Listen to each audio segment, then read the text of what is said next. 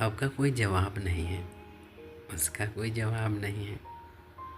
इस तरह के वाक्यों का आप यूज़ करते हैं। माने आप कहना चाहते हैं कि आपका कोई मेल नहीं है, माने आप अलग हैं। जैसे कि हिंदी शब्द में इस तरह से इस्तेमाल कर दिया जाता है कि आप कमाल हैं।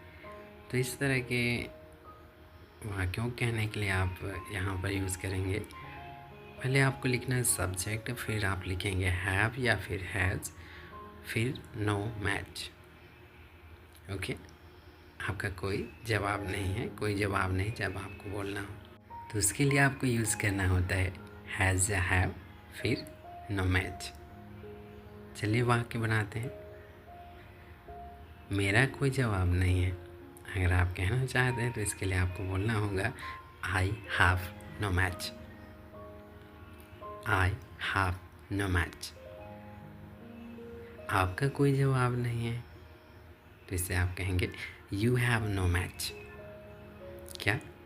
You have no match. मेरे पापा का कोई जवाब नहीं है। My father has no match. क्या बोलेंगे? मेरे पापा का कोई जवाब नहीं है। My father has no match.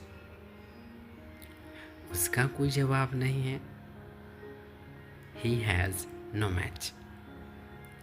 He has no match. है ना इजी?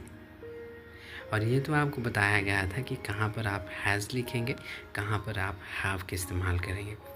जब आप किसी एक व्यक्ति या फिर वस्तु के बारे में बात करेंगे तब आपको लिखना होगा हैज़, और जब आप आई, यू, वी, दे या फिर जब आप अधिक व्यक्तियों के बारे में बात करते हैं तो आपको लिखना होता है हैव। इतना तो आप जानते होंगे, और नहीं जानते तो आप आगे सीख जाएंगे, इसलिए कंटिन्यू देखते रहिए हर वीडियोस को। तो यहाँ पर आपने क्या सीखा कि जब भी आपको इस तरह के वाक्य कहना हो कि मेरा कोई जवाब नहीं है या फिर उसका कोई जवाब नहीं है, तो इस तरह के जो वाक्य होते हैं उसके लिए आप इंग्लिश वर्ड इस्तेमाल कर सकते हैं हैव या हैज़, फिर नो मैच। तो चलिए एक बार आप मेरे साथ बोलते जाइए, मेरे साथ प्रैक्टिस करते जाइए। तो पहले आप इंग्लिश बोलेंगे, फिर हिंदी, उसके बाद हम हिंदी छोड़ देंगे, इंग्लिश पर ओनली, इंग्लिश पर फोकस डालेंगे। ओके, क्योंकि आप इंग्लिश सीख रहे हैं ना। चलिए, तो पहला वाक्य देखिए, मेरा कोई जवाब नहीं है। तो आप बोलेंगे आई हैव नो मैच। क्या बोलेंगे? I have no match. आपका कोई जवाब नहीं है तो आप क्या बोलेंगे? You have no match. बोलते जाए मेरे साथ, यू हैव नो मैच। मेरे पापा का कोई जवाब नहीं है। My father has no match. My father has no match.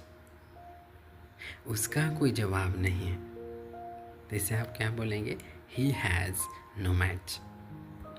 He has no match. Has क्यों लिखा है यहाँ पर आपने? क्योंकि आप किसी एक व्यक्ति की बात करते हैं। He has no match.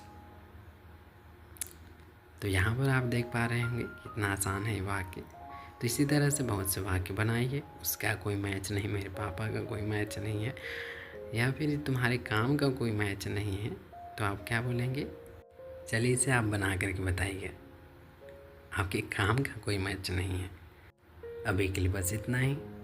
Channel को सब्सक्राइब नहीं किया, सब्सक्राइब ज़रूर कर लीजिएगा। Thank you.